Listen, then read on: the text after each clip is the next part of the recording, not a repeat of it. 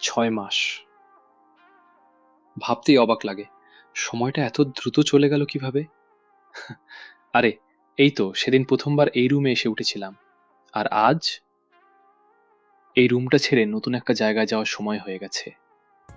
এই 6টা মাস আমি ছিলাম জন লেস্টার অ্যান্ড এডি কোলম্যান কোর্টসে, আমার ইউনিভার্সিটি অ্যাফিলিয়েটেড স্টুডেন্ট অ্যাকোমোডেশন। আর সত্যি বলতে এই 6 মাসেই এই জায়গাটার সাথে জড়িয়ে গেছে আমার অনেক স্মৃতি। আর এই ফ্লোরের দরজাগুলোর লাল রং দেখে মনে হইতো যেন ফায়ার ব্রিগেডের কোনো ডিপার্টমেন্টে চলে এসেছি। আমার রুম ছিল এই 13তলায়, মানে আমি টপ ফ্লোরের বাসিন্দা। আর আমার কাছে এই জানলাটা ছিল সবচেয়ে উপভোগ্য জিনিস। কাজ নেই, কোনো প্ল্যান নেই, কোনো জায়গায় যাওয়ার নেই, তখন অনেক সময় আমি শুধু জানলার পাশে আনমনে বসে থাকতাম। বাইরের দৃশ্য দেখতাম, মানুষজনকে দেখতাম, আকাশের দিকে তাকিয়ে থাকতাম।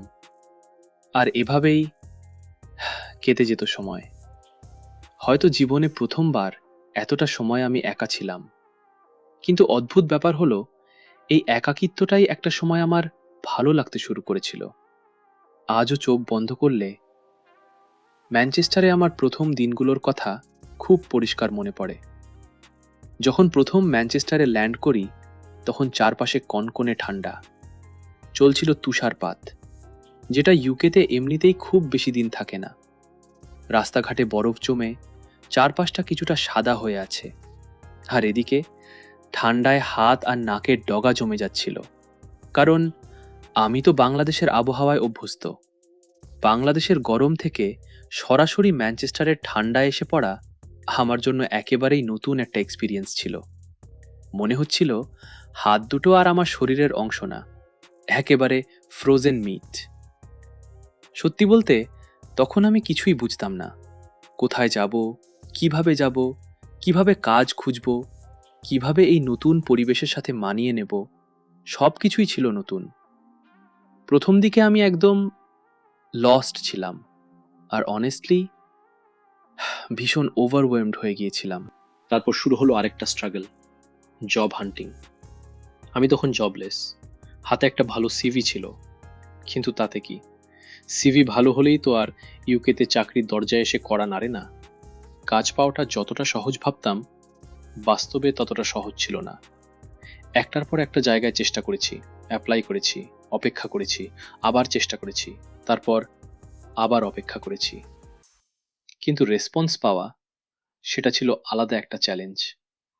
এরপর ধীরে ধীরে একটা জিনিস বুঝতে শুরু করলাম, এখানে রেফারেন্স অনেক বড় ব্যাপার। আপনি কারো সাথে পরিচিত হলেন, খাতির জমলো, বন্ধুত্ব হলো, সে আপনাকে তার ওয়ার্ক প্লেসে রেফার করলো, আপনি কাজটা পেলেন, তারপর ধীরে ধীরে কাজটা শিখলেন, ঝানু হলেন, হয়তো একসময় প্রমোশনও হলো।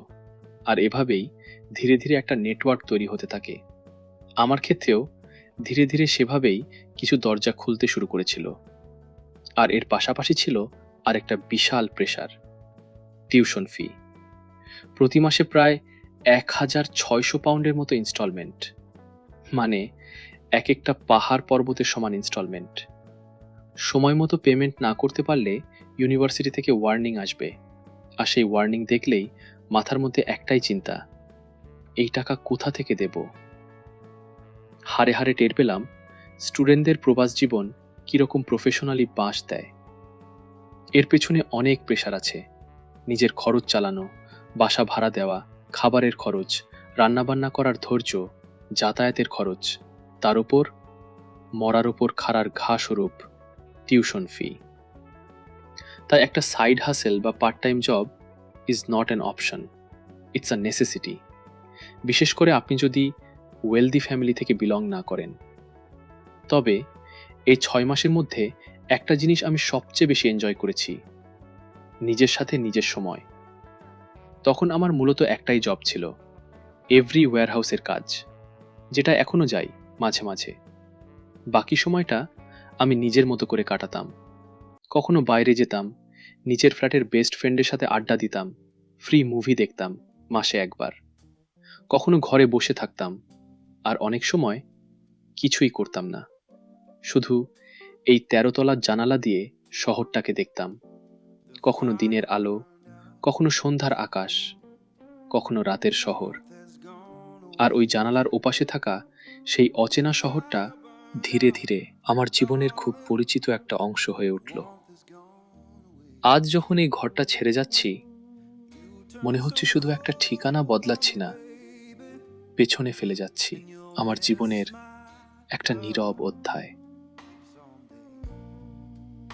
6 মাস খুব বেশি সময় নয়, অথচ কখনো কখনো অল্প কিছু সময়ই একজন মানুষকে অনেকটা বদলে দেওয়ার জন্য যথেষ্ট। যে মানুষটা 6 মাস আগে এই ঘরে প্রথম ঢুকেছিল, তার ভেতরে ছিল অচেনা একটা শহর নিয়ে দ্বিধা, অনিশ্চয়তা আর অসংখ্য প্রশ্ন। আজও হয়তো সব প্রশ্নের উত্তর খুঁজে পাইনি, অনিশ্চয়তাগুলোও পুরোপুরি শেষ হয়ে যায়নি।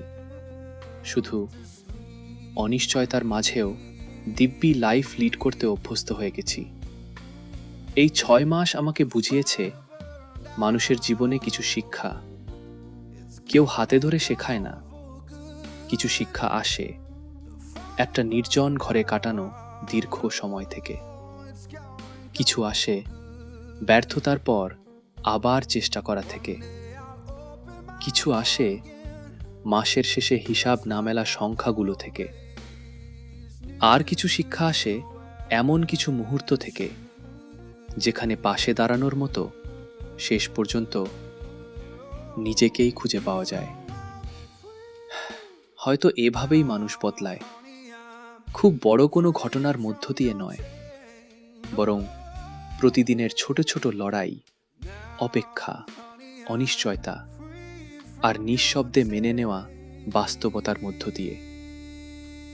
তাই আজ এই ঘরটা ছেড়ে যাওয়ার সময় মনে হচ্ছে আমি শুধু কিছু স্মৃতি সঙ্গে নিয়ে যাচ্ছি না, আমার পুরনো একটা সংস্করণকেও এখানে রেখে যাচ্ছি। কিন্তু গল্প এখানেই শেষ না, কারণ 6 মাসের অ্যাকোমোডেশন জার্নি শেষ হওয়ার সাথে সাথেই নতুন একটা স্ট্রাগল আনলক হয়ে গেছে। আর সেটা হলো নতুন অ্যাকোমোডেশন খোঁজা। কোথায় যাব, কত ভাড়া, কার সাথে থাকব, কাজের জায়গা থেকে কত দূরে, ইউনিভার্সিটি থেকে কত দূরে, সব কিছু নতুন করে ভাবতে হচ্ছে। আর সেই পুরো জার্নি, কিভাবে একটা নতুন জায়গা খুঁজলাম, কি কি সমস্যার মুখোমুখি হলাম, কত টাকা খরচ হলো, আর শেষ পর্যন্ত কোথায় গিয়ে উঠলাম, সেটা থাকছে আমার পরের ভ্লগে।